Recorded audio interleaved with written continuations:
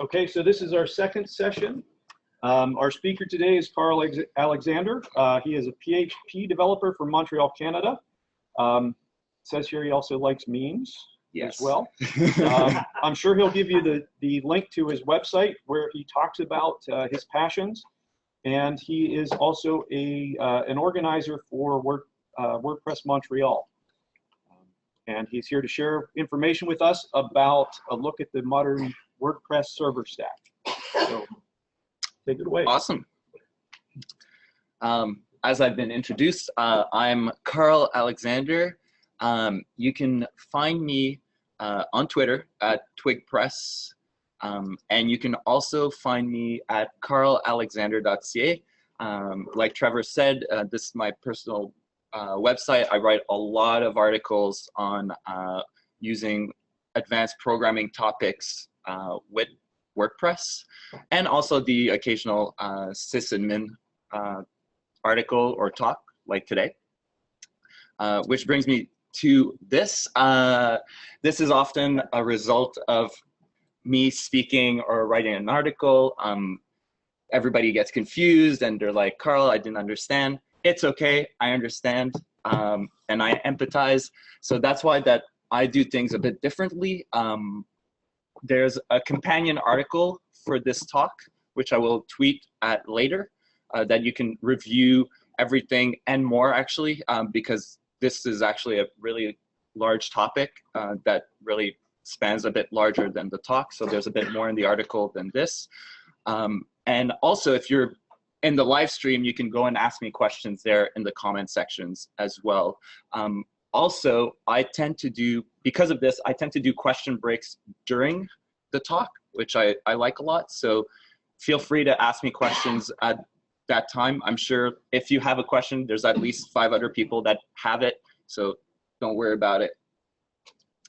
All right, so story time. Who here remembers when having a fast WordPress server was just the good old LAMP stack with Apache, MySQL? Wasn't that like the best of times? It was so good, so easy, and you know, things were simple. You just had to install Apache, MySQL, PHP, and you were good to go. You had a fast WordPress site. You didn't have to worry about anything else. But now everything has to load really fast. You know, otherwise Google docs you. Some people come up to you and ask you like, why do I have this page speed rank? Why is it just an 85? And you're like, well, 85 is pretty good. And also you shouldn't trust page speed.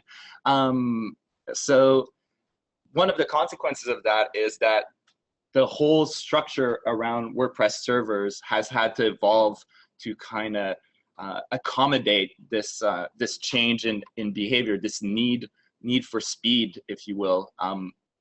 And nowadays, this is kind of what the WordPress server stack looks like. You always have the browser, the web server, you have caching, you have WordPress in there, then you have object caching, and the MySQL database. And we're going to go through all of that during the talk and explain what are we trying to do, and what is because each step of the way, what you want to do to optimize and make things faster varies, because each step tries to solve a different problem. So we're going to go through all of that. We're going to start with what I call the request response cycle. It's this first part. So it's everything that goes on between when you enter a URL in your web browser, and that connects to WordPress, and WordPress returns an HTTP response. So like I said, your browser, you write, okay, I want to go to WPCampus.org. The Chrome sends an HTTP request to your web server, and then your web server comes back and says, hey, here's a bunch of HTML, send it back to the browser. The first response is always HTML. So that's something important, unless it's a redirect, but even a redirect's technically HTML, but it's always HTML content. And then the follow-up requests are always your assets. So CSS, JavaScripts, images. And the cycle will continue until your browser is ready to render the page. And this is really important because it's really, once the page is rendered is when people associate, okay, I've loaded the web page. And really what you want to do is make this cycle as fast as possible. So the faster it happens, the faster your web page appears to load, or your website appears to be fast. So really the whole point of the WordPress server stack at this point is to really shorten this cycle and make it as fast as possible. So how do we do that? We just can't.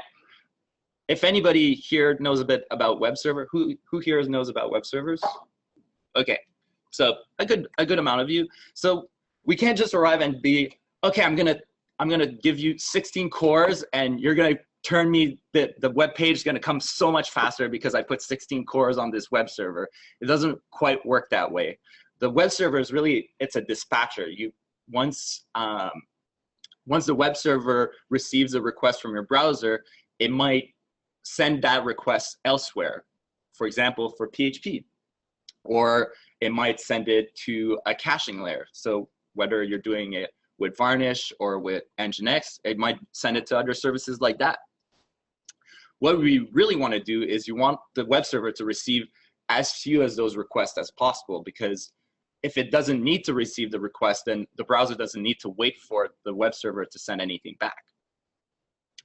And what you want to do as well is for it as little. So if once a request is at the web server, you really want to forward as little of them to other services as well, because these other services are a lot slower. PHP is slower than Nginx, and PHP itself is faster than MySQL. So really, you want to really kind of have a really tight funnel to make sure that only what needs to go forward does, and everything else is handled by the previous layer. So what do you find inside the request response cycle? So like we said, you have the web server. There's really 3 players in the web server market, and to combine, they really own about 90%. I haven't looked recently, but 90% plus of the web server market share. So you have Apache. Who here uses Apache? All right, a good chunk of you. So Apache, I call it a bit the old guard.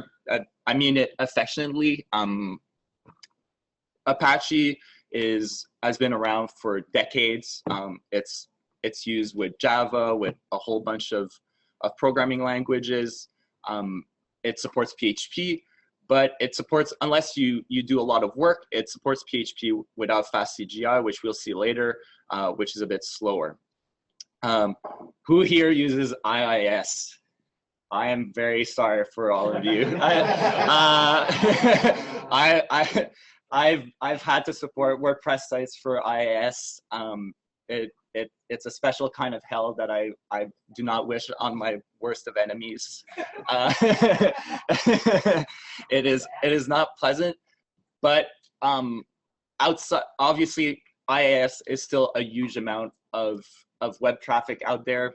There's a lot of ASP.NET web applications, so it's obviously a lot of the traffic. But nowadays, really, it's all about Nginx.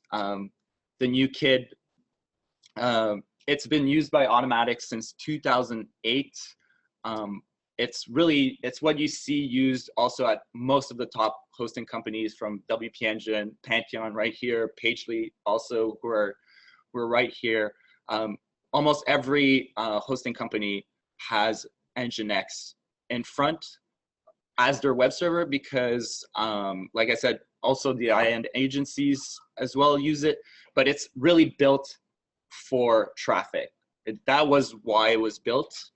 It was, I forget the name of the guy. It's a Russian guy, and the website was, I think, Rambler, but he built it for the sole purpose of handling a massive amount of traffic. So it's very fast, it's incredibly optimized, and it's also super easy to use. The next step is what we call the HTTP caching layer. So this is what, yeah. Sorry. So you would advise people to look into switching from Apache to Nginx? And are there Depends. drawbacks? I mean, if you have a lot of, obviously, if you have a lot of institutional knowledge with Apache and you can make it run really well, then Apache is great. It's just, for me, as a sysadmin, as somebody that's learned both, it's definitely, if you don't know anything about a web server, I would definitely pick Nginx. One, it's easier to configure, in my opinion, because it's the configuration, it's configuration as code. So it's a lot easier. Like, we're all developers here. We all understand code a lot more easily than an XML file and like an HT, because like, for example, Nginx doesn't use an htaccess file. Like, you don't have htaccess files with weird XML in it. And you have to figure out what does what. The documentation now is solid. Obviously, back then in 2008, when Automatic did the switch, most of the documentation was in Russian. So obviously, it wasn't as approachable back then. But nowadays, it's very well documented, and with Stack Overflow, you can definitely find answers to most questions. And like I said, because it's code, I find it easier to configure and do things with it. So that's why I'd recommend it. But if you have a lot of institutional knowledge with Apache, you can definitely make it Apache run as fast as you would with Nginx. Any other questions? Awesome. So just back at it. So we have, the next step is the HTTP cache. So the whole point of the HTTP cache, it's to cache your HTML content or even your images, depending on what you're using. Like, everything that's being requested by the browser will go through the HTTP cache, and it will check if it has anything cached to send back. So it doesn't have to hit necessarily the web server. It definitely doesn't have to hit PHP. And that's why it's the most important element of the stack, because a web server is pretty dumb, at least by default. It doesn't know, like, hey, this is the same HTML that I'm sending back to 10,000 people. It's like, oh, you want this web page? Okay. And it'll just ask PHP every time. So the HTTP caching layer is really, really good for that, because you really don't want to always forward your request to PHP. PHP is expensive. You want to hit PHP as little as possible to handle as much traffic as possible. And like I said, PHP often generates the same response. And that's terrible, because I'm gonna say it so often during this talk, PHP is a bottleneck. Once you hit PHP, everything slows down drastically. We're talking like, it can be 100 to 1,000 times more times slower. Depending on how optimized your PHP code is. I don't know how many requests your web page does when you load it the first time, but I've definitely seen sites where you're looking at 1,000 queries on the initial load. You definitely don't want that to be happening every time somebody asks for a web page.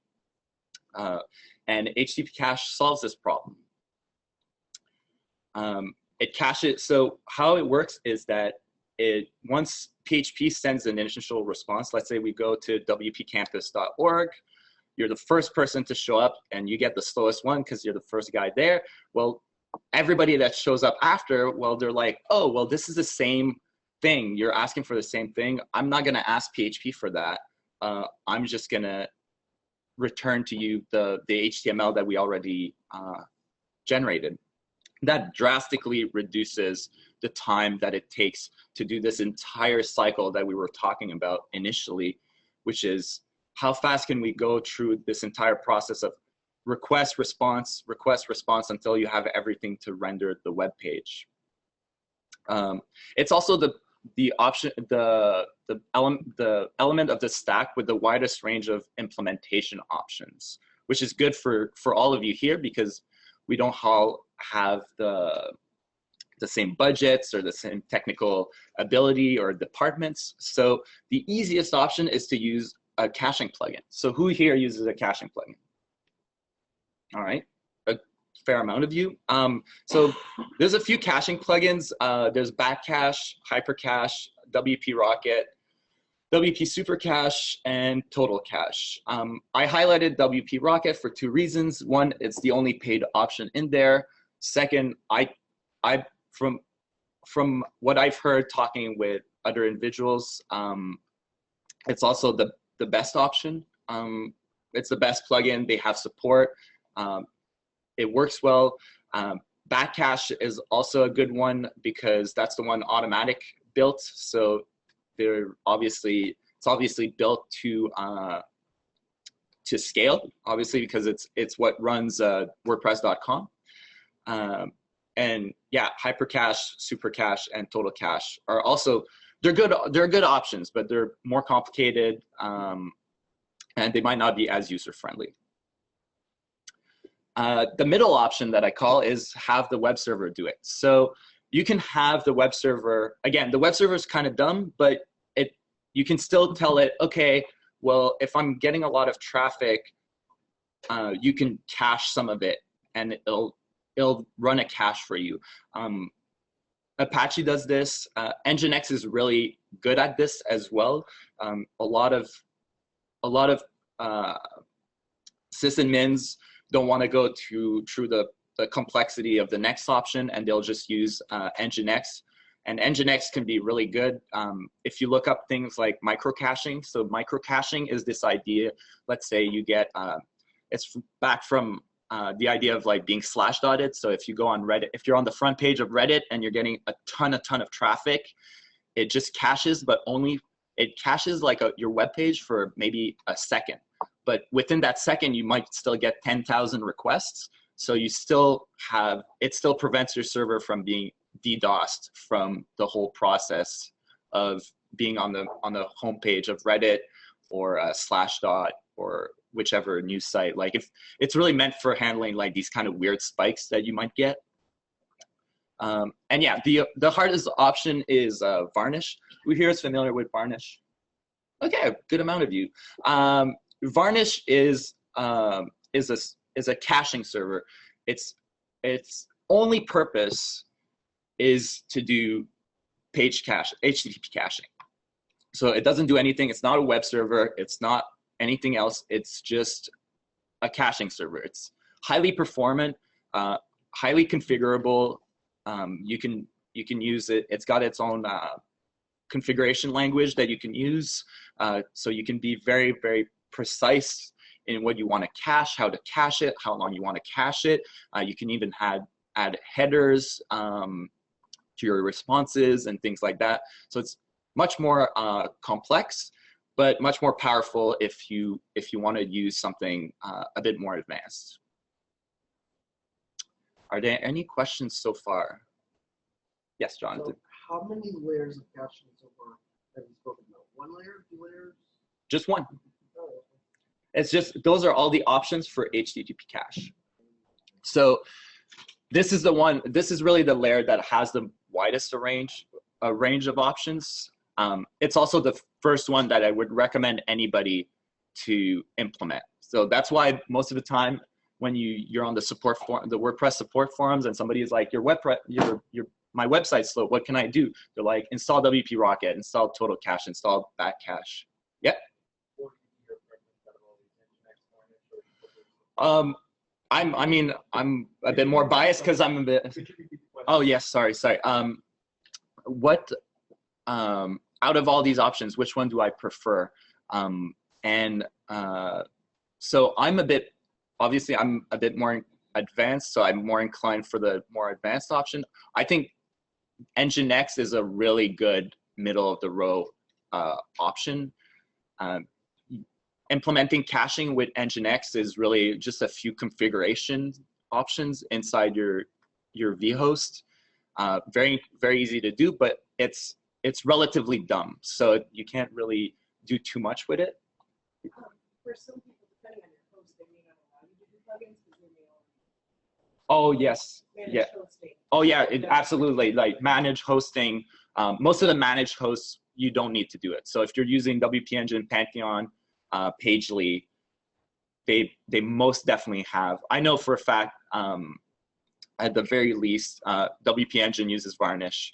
I assume a lot of them do, depending on how they're structured. Things are changing a bit because of Docker, but there's always a caching layer. And yeah, if you're a managed host, you really don't have. DreamHost also uses Varnish because there's a Varnish plugin for WordPress, and they're the one that support it. Yeah. Is there anything like for concurrent versus anonymous users, like how caching works? So the question is there any difference for the caching layer between concurrent and anonymous users? Absolutely. And that's one of the important aspect of implementing caching. Like with even with a plugin, like you have to say, like for example, a classic example is if you use a WooCommerce store, even if you're anonymous, you do not want to cache the cart. Because you don't want to cache the cart. You don't want to be like, why am I seeing like, I didn't buy this? Like you're seeing somebody else's cart because they're just returning the cache cart. So it's very important to know either sometimes you want to flag based on cookies. Sometimes you want to flag based on a URL. For example, the cart URL, you can say never cache the cart URL. You don't want to cache, for example, the login page. So there's a lot of those that those vary from implementation to implementation. Obviously, if you're not using WooCommerce, you don't have to worry about a cart. But if you are, you have to.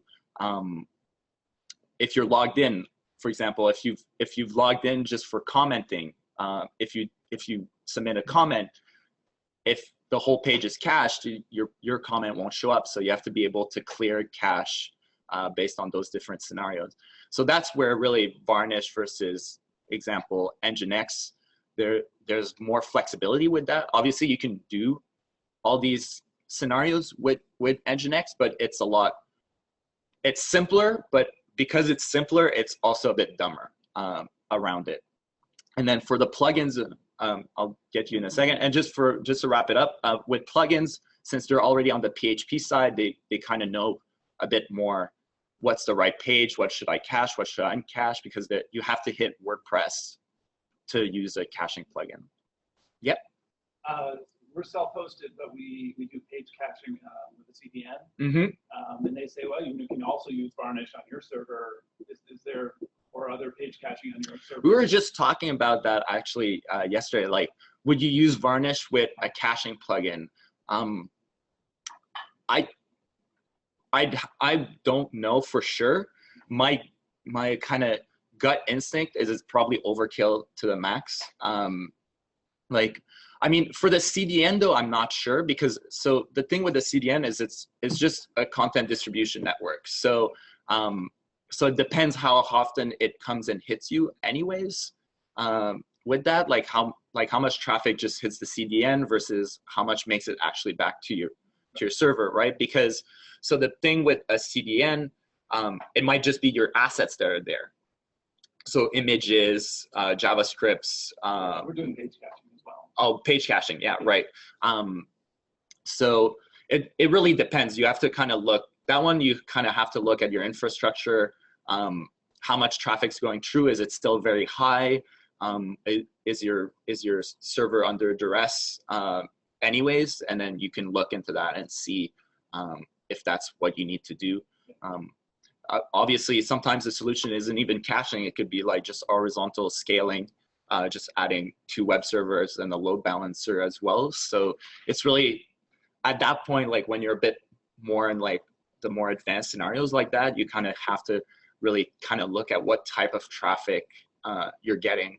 Like another example that I can give you where caching is not necessarily, it's a solution, but it's not always the perfect solution is, so I work with a nonprofit website, and they've been around since 2006. They have 200,000 posts. When a crawler comes, it's pure chaos. And there's no amount of caching you can do because your long tail is huge. So the caching is really good for the front page and all that stuff. But like if they're going through like all your archive pages and posts from like all the way back to 2006, obviously nobody's looking at that. So every time it's a new page load, and that won't change at all. All right. The next step is optimizing PHP. So this is where we are now. So you were asking Jonathan. So far we've done only web server. We're at the browser. We did the web server. We've hit the HTTP cache. The cache says, I don't have anything. We're now in WordPress with PHP. What can we do? So like I said just now, we have no cache response to send back. So it's time to WordPress to do its thing. So what can we do to help it turn our requests, so our HTTP request, into an HTTP response? Like I've said many times, PHP is the bottleneck with this. The first thing you can do is make sure that you're using the latest PHP version. So quick show of hands, who here is using PHP 5.2? Okay, yeah. I'm very happy to see that. 5.3, okay, 5.4, okay, 5.5, 5.5, 5.6, 7. Okay, I like that. So as a lot of us here know, the minimum requirement for WordPress is still PHP 5.2, to my great dismay. If you're watching this, Matt, please bump it up. But 5.2 is 10 years old. There's no more support since 2011. But like the PHP team obviously hasn't been waiting for WordPress to decide to upgrade PHP versions. They've been working really hard at it. If you're still on the PHP 5 branch, the largest performance improvement that you can get is from 5.3 to 5.4. But even with 5.4, if you're still on 5.4 or lower, there's this thing called opcode caching. Who here is familiar with opcode caching? Awesome, a few of you. So the way PHP works is that PHP is a script. And whenever your web server receives a request that it determines needs to be run by PHP, it calls PHP and runs the WordPress script and executes it. And really what the opcode caching does is it, during the script process, during the PHP's process of running your script, it converts your code to something called opcode. And you can add a cache that keeps copies of this compiled opcode for you. So that speeds things up a decent amount. And that's why I was saying if you're using 5.2, 5.3, 5.4, opcode caching doesn't come on by default. You have to install it yourself. But starting with PHP 5.5, it comes on by default. So you don't have to worry about it. PHP 7. All right. This used to be PHP 7 and HHVM, but HHVM, who here uses or is familiar with HHVM? Okay, not a lot of you. I'm just going to do a quick segue on it. HHVM is an interpreter for PHP that Facebook wrote. And for a while, it was the fastest way to run PHP. But since then, usage has gone down drastically since PHP 7 came out, and most people don't use it anymore. Having used it myself for a production environment, it was pretty unstable. The whole thing would crash, and it would not crash gracefully either. So it was not a pleasant experience, but it was definitely a lot faster. PHP 7 does not have that problem, and it was rebuilt from the ground up to be really performant. So they use the way they handle compiling. It's I think HHVM is just in time, and they use some other, but they use a more advanced compiling techniques, and that really drastically improved the performance of PHP.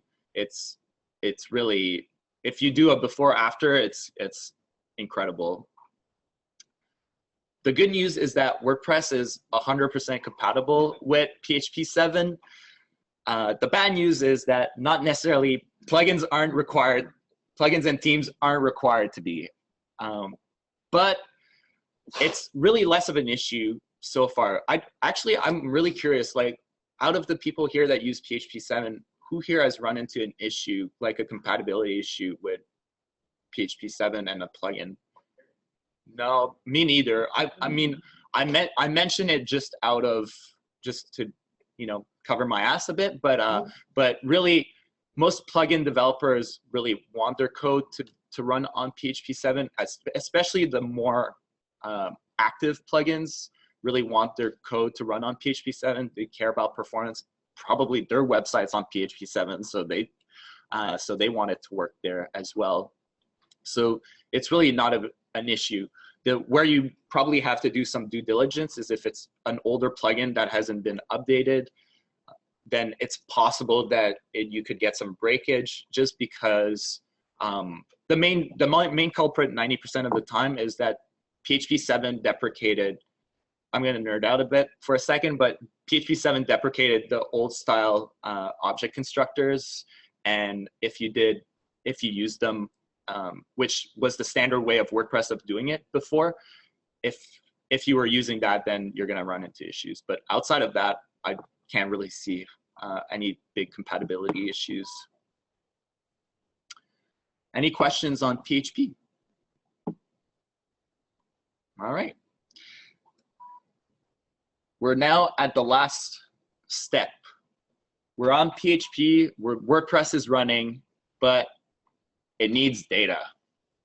That data is in the MySQL database. So PHP files don't contain any data. We need to go get it. And this can happen a lot. I can tell you what my worst number of queries on a page was. It was 2,300 something. Yeah, some developers, sometimes you have to be careful, right? You get a bit carried away and you're like, oh, I'll go get this and that. Like, home pages are notoriously bad for that, just because you're aggregating data from everywhere. So like, if it's not cached, it's a complete, it's a real mess. So obviously WordPress doesn't store any data. It's all in the MySQL. So WordPress is going to arrive. It's going to create a query. It's going to query the database server. And then the database server comes back with, okay, here's what I found. And then WordPress continues chugging along till it hits another time where it needs data, repeats the process again. And this goes on, you know, a few thousand times to a few hundred times, 1,000 times. You know, talk to your developer. If you get really in the few hundreds, it's probably time to talk about it already. And this is going to happen until WordPress is done generating the entire HTML that it wants to send back. So how do we optimize that? Well, database queries take time.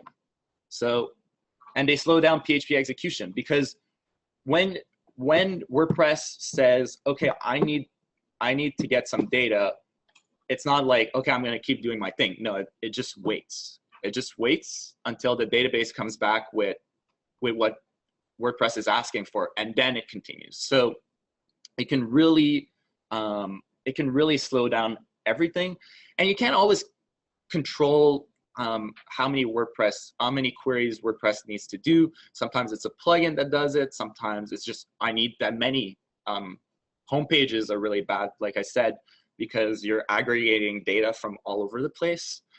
So there's not really, you can try to be efficient about it, but at the end of the day, you need to go get that data somehow. So the real trick is you need to make PHP wait as little as possible, which means you have to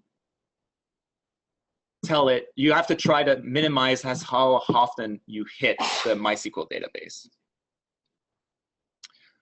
So what do we find inside inside the query response cycle, the query result? So you have the database server.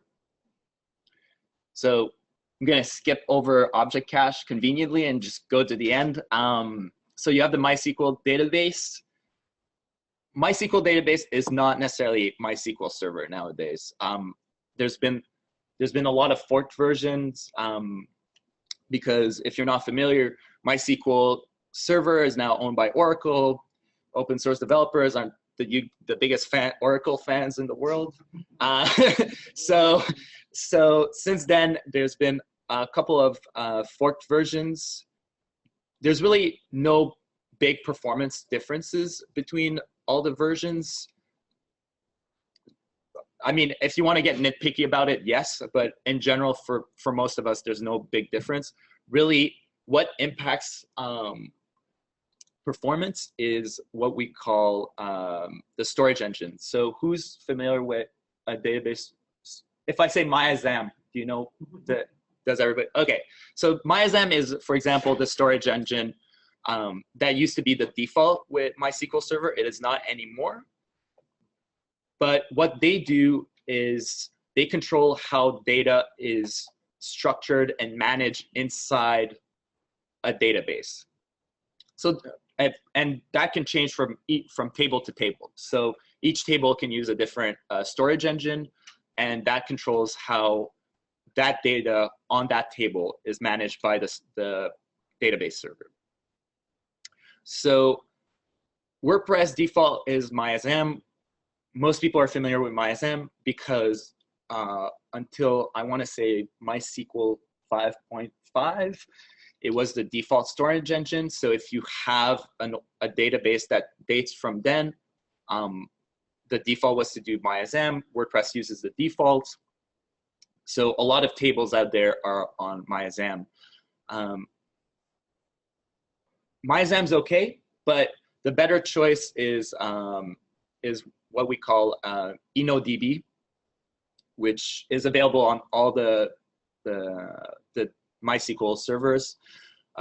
So if you do a switch to that, you might get good performance increases. It really depends how. So the thing with database servers, it really varies how your database is being used. If you're just doing a lot of reading, then there won't be that big of a difference between the two.